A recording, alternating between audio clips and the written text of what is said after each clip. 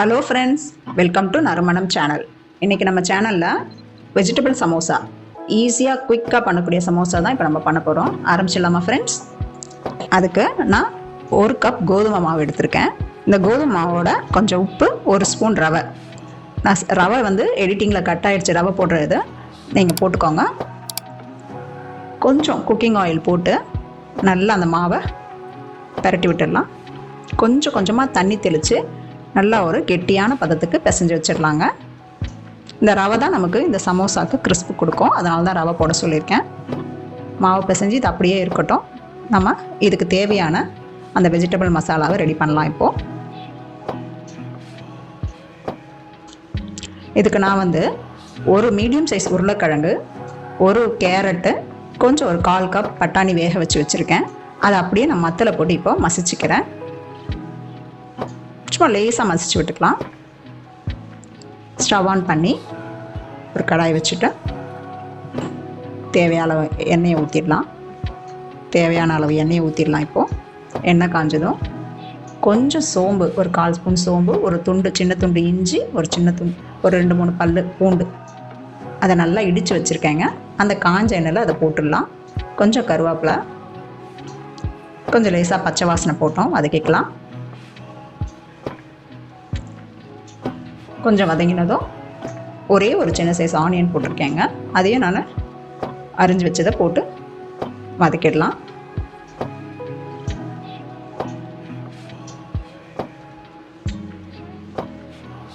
இந்த மசாலாவுக்கு தேவையான உப்பு போட்டுடுறேங்க. ஃப்ளேமை கொஞ்சம் மீடியமாகவே வச்சுக்கோங்க. கொஞ்சம் வெஜிடபிள்ஸ் இருந்தால் போதுங்க, நம்ம டக்குன்னு செஞ்சிடலாம். காரத்துக்கு 1 ஸ்பூன் தனி மிளகாத்தூள் போட்டிருக்கேன். அதையும் அந்த வெங்காயத்தை போட்டு நல்லா பரட்டி விட்டுடலாம்.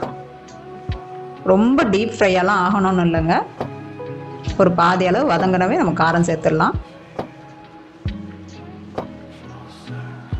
இப்போ நம்ம மசிச்சு வச்சுருக்க அந்த வெஜிடபிள் கலவையை இதில் சேர்த்துடுறேன். நான் உருளைக்கிழங்கு, கேரட், பட்டாணி இருந்தது போட்டேன். கோஸ் வேணும்னாலும் கோஸும் போட்டுக்கலாம். கொஞ்சம் ஒரு 1/4 ஸ்பூன் அளவு கரம் மசாலா தூள் இதையும் போட்டு நல்லா நம்ம பரட்டி எடுத்துடலாங்க. எல்லாம் ஒன்று சேர்ந்து வர மாதிரி கலந்து விட்டுடலாம். பாருங்கள், நான் ஆயில் கூட நிறைய போடலை. ஒரு 2-3 நிமிஷம் நல்லா வதங்க விட்டுட்டு கடைசியாக கொஞ்சம் கொத்தமல்லியை பொடிசாக நறுக்கி அதையும் போட்டு கலந்து இறக்கிடலாம். அடுத்து நம்ம ஏற்கனவே பிசைஞ்சு வச்சுருக்கோம் இல்லைங்களா, கோதுமை மாவு, ரவை போட்டு அதில் உங்களுக்கு எந்த சைஸில் சமோசா வேணுமோ அந்த அளவுக்கு உருண்டை. நான் இப்போ ஒரு பெரிய எலுமிச்சம்பழம் சைஸ்க்கு உருட்டிகிட்ருக்கேன். பாருங்கள், உருட்டின மாவை இப்போ நான் சப்பாத்தி கல்லில் போட்டு திரட்டுறேங்க. இதுக்கு எப்படி ஷீட்ஸ் பண்ணுறேன்றது தான் காமிக்க போகிறேன். இதுக்கு முன்னாடி ஏற்கனவே நம்ம சேனலில் வெங்காய சமோசா போட்டிருக்கோம். அதில் ஷீட் எப்படி ப்ரீ ஹீட் பண்ணி ரெடி பண்ணுன்றது இருக்கும். வேணுன்றவங்க நீங்கள் அதையும் பார்க்கலாம். இது உடனடியாக பண்ணுற மாதிரி சமோசா, அதனால் இதுக்கு எப்படி பண்ணுறேன்னு பாருங்கள். ரவுண்டாக நம்ம ரோல் பண்ணிவிட்டு பூரிக்கு போடுற மாதிரி சென்டரில் கட் பண்ணிடலாம். 2 ஷீட் வரும் பாருங்கள்.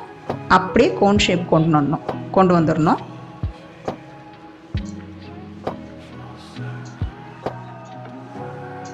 அழகாக அதை ஓப்பன் பண்ணிவிட்டு நம்ம ரெடி பண்ணி வச்சுருக்க மசாலாவை இதில் ஸ்டஃப் பண்ணிடலாம்.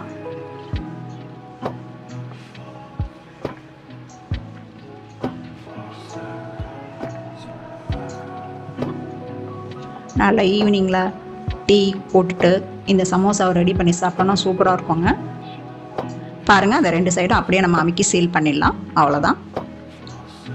நான் உருண்டை போட்டு வச்சுருக்கேன் எல்லாத்தையுமே இது மாதிரி ஷீட்ஸ் போட்டுட்டு சமோசா மடிச்சிடுறேங்க.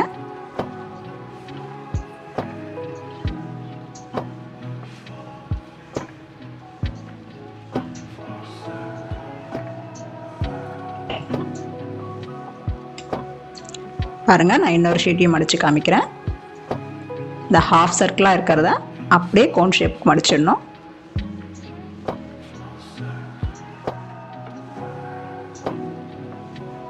மடிச்சுட்டு நம்ம ஸ்டஃபிங்கை உள்ள ஃபில் பண்ணிடலாம். ஈஸியாக பண்ணலாங்க, ரொம்ப டஃப் கிடையாது இது. அவ்வளோதான். 2 எட்ஜஸையும் அப்படியே நம்ம அமுத்தி விட்டுடலாம். நம்ம சமோசாலாம் இப்போ ஃப்ரை பண்ண ரெடியாக இருக்கு. இப்போது ரெடியாக இருக்க சமோசாவெல்லாம் ஒரு கடாயில் எண்ணெய் வச்சு காய வச்சுருக்கேங்க. மீடியம் ஃப்ளேமில் வச்சுட்டு 1-2 போட்டு மெதுவாக நல்லா கோல்டன் ப்ரௌன் வர வரைக்கும் ஃப்ரை பண்ணி எடுத்துடலாம் ஃப்ரெண்ட்ஸ். நம்ம ரவை சேர்த்துருக்கிறதுனால உங்களுக்கு அந்த கிறிஸ்ப் கிடைக்கும் சாப்பிடும்போது. 1 ஸ்பூன் போட்டால் போதுங்க ரவை. பாருங்கள், இந்த கலரில் தான் நான் மொத்த சமோசாவும் பொரிச்சு எடுக்க போகிறேன். ஃப்ரெண்ட்ஸ், நம்ம சூப்பரான கிறிஸ்பான வெஜிடபிள் சமோசா ரெடி ஆகிடுச்சு. நீங்களும் இதை ட்ரை பண்ணி பாருங்கள் ஃப்ரெண்ட்ஸ். ட்ரை பண்ணி பார்த்து பிடிச்சிருந்தா லைக் பண்ணுங்கள், கமெண்ட் பண்ணுங்கள், மறக்காமல் ஷேர் பண்ணுங்கள். அதே மாதிரி சப்ஸ்கிரைப் பண்ணும்போது மறக்காமல் அந்த பெல் பட்டனையும் அமர்த்திடுங்க ஃப்ரெண்ட்ஸ். அப்போ தான் நான் போடுற வீடியோலாம் உங்களுக்கு உடனடியாக அப்டேட் ஆகும். Thank you friends. தேங்க்யூ ஃபார் வாட்சிங்.